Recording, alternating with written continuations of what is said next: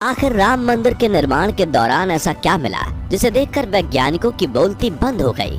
और इस निर्माण के दौरान इस पावन भूमि पर ऐसा तो क्या चमत्कार हुआ जिसके सामने विज्ञान ने भी घुटने टेक दिए। जी हाँ दोस्तों, 500 सालों का संघर्ष, 134 साल लंबा कोर्ट केस और 4 साल तक अयोध्या के हजारों सनातन धर्मियों की दिन रात की मेहनत के बाद आखिरकार राम जन्मभूमि मंदिर का निर्माण कार्य समाप्त हो चुका है। और 22 जनवरी के दिन 1200 स्तंभों पर खड़े इस भव्य मंदिर में राम लल्ला की प्राण प्रतिष्ठा की जाएगी। लेकिन क्या आप जानते हैं कि जब स्तंभ लगाने के लिए अयोध्या के इन जगहों पर खुदाई चल रही थी, तभी एक ऐसा चमत्कार हुआ जिसे देखकर हर चीज में तर्क वितर्क देने वाले वैज्ञानिक भी हक्के बक्के रह गए। मंदिर की भूमि पर मत्था टेक कर जय श्री राम के नारे लगाने लगे।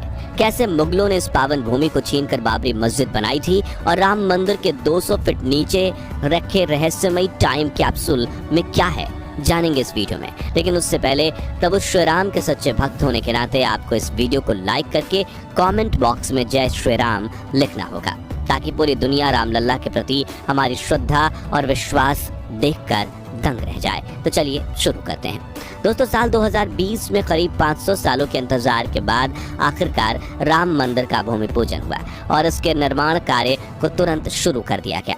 ध्यान से सुनिएगा, उस वक्त भारत के इंजीनियर्स ने मंदिर के लिए 1200 स्तंभ की एक डिजाइन बनाई और अमेरिका से वैज्ञानिकों की एक विशिष्ट टीम को बुलाया गया ताकि वे इसका निरीक्षण करके सभी कमियों को दूर करने में हमारी सहायता कर सकें। इस दौरान उत्तर प्रदेश सरकार का एक ही टारगेट था कि मंदिर को इतना मजबूत बनाया जा सके कि इसके स्तंभ आने वाले 1000 सालों तक टिके रहे। इसलिए पहले 100 फीट तक गड्ढा खोदने का प्लान बनाया गया, जिसे फिर बड़ा करके 200 फीट की गहराई तक ले जाना था, जहां से मंदिर के पिलर का निर्माण शुरू होना था। लेकिन जैसे ही राम मंदिर के निर्माण के दौरान धरती को खोदना शुरू किया गया, तब वहां कुछ ऐसी चमत्कारी घटनाएं हुई जिन्हें देखकर अमेरिकी भी पूरी तरह से हैरान रह गए थे और उनके होश उड़ गए थे। बल्कि योगी आदित्यनाथ से लेकर पीएम नरेंद्र मोदी तक के रोंगटे खड़े हो गए। बात है राम जन्मभूमि मंदिर के निर्माण के समय की, जब अमेरिका से कुछ वैज्ञानिक भारत में राम मंदिर के निर्माण के दौरे पर आए हुए थे और यहाँ उन्होंने देखा कि मंदिर के स्तंभ लगाने के लिए खुदाई का काम अच्छे से चल रहा है, लेकिन खुदाई के दौरान जमीन का एक हिस्सा नरम पड़ा हुआ था, जो देखकर वैज्ञानिकों ने मजदूरों को वहाँ ज्यादा गहराई में खुदाई करने का आदेश दिया। शुरुआत में तो मजदूर भी सोच रहे थे कि सिर्फ एक हिस्से की इतनी ज्यादा खुदाई क्यों करवाई जा रही है, लेकिन वहाँ मौजूद सभी लोगों के छक्के तो तब छूट गए जब वहां से एकाएक पानी की धार बहने लगी। ऐसे में वैज्ञानिकों ने तुरंत वहां मौजूद मिट्टी और गीली मिट्टी यानी बालू का सैंपल उठाया और दौड़ते हुए साइंस लैब पहुंचे, जहां उन्होंने सैंपल्स का परीक्षण किया और उन्हें पता लगा कि ये तो पास ही में बहने वाली सरयू नदी का पानी है, जिसने इस हिस्से की मिट्टी को गीला कर दिया है। दोस्तों, ये बात वैज्ञानिकों के लिए काफी बड़ी समस्या बन गई, क्योंकि अगर यहाँ लगातार ऐसा ही पानी बहता रहता तो मंदिर के लोहे के पिलर्स जल्दी ही काट कर खा जाता है और कमजोर पड़ जाते। ऐसे में वैज्ञानिकों ने टेस्टिंग के बाद 12 खंभों के निर्माण किए और उन्होंने 125 फीट की गहराई में डालकर 30 दिनों तक उन्हें छोड़ दिया। जिसके बाद जब टेस्टिंग के लिए उन पर 70 टन का वजन डाला गया और भूकंप के झटके दिए गए तो वो अपनी जगह से खिसक गए, जिस वजह से राम मंदिर के निर्माण कार्य को तुरंत रोक दिया गया। अब वैज्ञानिकों को कुछ समझ नहीं आ रहा था कि गीली मिट्टी पर पिलर कैसे खड़े किए जाएंगे, लेकिन उन्हें नहीं पता था कि इस भव्य मंदिर को बनाने के नेक काम में उन सभी पर माता सरयू का आशीर्वाद बना हुआ है। आखिर में जब कोई रास्ता नहीं दिखा, तब सभी मिलकर भगवान श्री राम से प्रार्थना करने लगे, क्योंकि जाहिर सी बात थी कि अगर माता सरयू के पानी की धार नहीं रुकती तो मंदिर का निर्माण कार्य संभव नहीं हो पाता। लेकिन उनकी आस्था देख भगवान श्री राम ने उनकी प्रार्थना सुन ली और अगले ही दिन सरयू नदी की धारा बहना बंद हो गई। वहीं इंडियन इंस्टीट्यूट ऑफ टेक्नोलॉजी से जो लोग इस प्रोजेक्ट पर काम कर रहे थे, उनके दिमाग में भी अचानक से गीली मिट्टी में पकड़ बनाने वाले कुछ खास तरीके के पिलर का आइडिया आ गया। इन चमत्कारों को लेकर जो वैज्ञानिक हर कुदरती करिश्मे को लेकर तर्क वितर्क देते रहते हैं, वो भी प्रभु श्री राम के भक्त बन गए और उन्होंने भी राम लल्ला की जन्मभूमि के पास मौजूद दिव्य शक्ति का अनुभव किया, जिसके बाद एक बार फिर मंदिर के निर्माण का काम जोर शोर से शुरू हो गया। हालांकि दोस्तों ये तो सिर्फ शुरुआत थी, क्योंकि पिलर बिठाने के लिए जब वैज्ञानिक और इंजीनियर्स ने अयोध्या के इस पावन भूमि पर 200 फीट गहराई तक खुदाई की, तब उन्हें कुछ ऐसा मिला जो देखकर उन सभी की आंखें खुली की खुली रह गईं। दरअसल जिस राम मंदिर के इतिहास को साबित करने के लिए सनातन धर्मियों ने 500 साल तक संघर्ष किया और जिस मंदिर के लिए 134 सालों तक कोर्ट में केस चला, इतिहास में उसकी मौजूदगी के सबूत तो उसी पावन भूमि में छिपे हुए थे।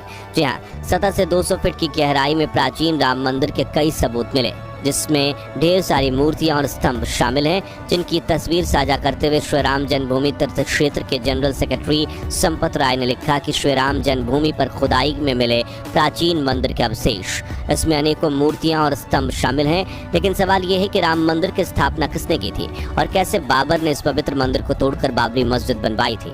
इस रहस्यमय इतिहास के बारे में सीमित लोग ही जानते हैं, लेकिन जब आप इसके बारे में सुनेंगे तो आपके धड़कनें भी जोर जोर से धड़कने लगेंगी और जुबान से निकलेगा सिर्फ एक ही नाम, जय श्री राम। दोस्तों, राम मंदिर का इतिहास सदियों पुराना है। जैसे संक्षिप्त समझे तो इस भूमि पर प्रभु श्री राम का जन्म हुआ था, इसलिए इसे राम जन्मभूमि कहा जाता है। और रामायण के बाद श्री राम के पुत्र कुश ने सबसे पहले इस मंदिर का निर्माण करवाया था। जिसके बाद सूर्यवंशी की अगली 44 पीढ़ियों ने राम जन्मभूमि मंदिर की देखरेख की थी, मगर फिर आया महाभारत का दौर और विश्व के इस सबसे विशाल युद्ध में सूर्यवंश के आखिरी राजा महाराजा बृहद्रथ की मृत्यु जंग के मैदान में अभिमन्यु के हाथ हुई थी। फिर अयोध्या का बुरा दौर शुरू हुआ और राजभवन के साथ भगवान श्री राम की जन्मभूमि मंदिर भी जर्जर होने लगा। मगर ईसा के करीब 100 वर्ष पूर्व उज्जैन के चक्रवर्ती सम्राट विक्रमादित्य अयोध्या पहुंचे और वो सरयू नदी के किनारे एक आम के पेड़ के नीचे बैठकर विश्राम कर रहे थे। तभी उन्हें वहां एक दिव्य शक्ति महसूस होती है, जिससे मिली शांति और खुशी को शब्दों में बयां करना उनके लिए नामुमकिन था। इसलिए उन्होंने आसपास के साधु संतों से इसके बारे में पूछना शुरू किया। उन्होंने महाराजा विक्रमादित्य को बताया कि यह मर्यादा पुरुषोत्तम श्री राम की जन्मभूमि अयोध्या है, जो कि महाभारत काल के बाद जर्जर हो चुकी है। तभी सम्राट विक्रमादित्य काले रंग की कसौटी पत्थर वाले 84 खंभों पर राम जन्मभूमि मंदिर का निर्माण करवाते हैं, जिसके बाद कई राजाओं ने इस मंदिर की देखरेख की और इसमें सुधार करवाना जारी रखा। 14वीं सदी में मुगलों ने हिंदुस्तान पर कब्जा कर लिया और लाखों भारतीयों की भावनाओं से जुड़े राम जन्मभूमि मंदिर को नष्ट करवाने की कई कोशिशें की। हालांकि उन्हें अनेकों बार असफलता मिली, लेकिन फिर 1528 में मुगल शासक बाबर ने इस पवित्र मंदिर को तुड़वाकर यहाँ बाबरी मस्जिद बनवा दी। तब से लेकर पिछले 500 सालों से मुगलों द्वारा हथियाई हुई इस पावन भूमि को वापस पाने का संघर्ष चलता रहा और आखिरकार 2019 में 42 दिनों की सुनवाई के बाद सुप्रीम कोर्ट में राम मंदिर के पक्ष में अपना फैसला आया। फिर 5 अगस्त 2020 के दिन राम जन्मभूमि मंदिर के लिए भूमि पूजन किया गया और महज 3 सालों में उत्तर प्रदेश सरकार ने राम मंदिर का निर्माण पूरा करवा लिया है। अब 22 जनवरी 2024 को मंदिर के गर्भगृह में रामलला की प्राण प्रतिष्ठा की जाएगी और 24 जनवरी के दिन राम जन्मभूमि मंदिर का उद्घाटन होगा। दोस्तों, राम मंदिर के निर्माण से जुड़ी एक रोमांचक बात यह है कि मंदिर के गर्भगृह के ठीक 200 फीट नीचे एक टाइम कैप्सूल रखा गया है।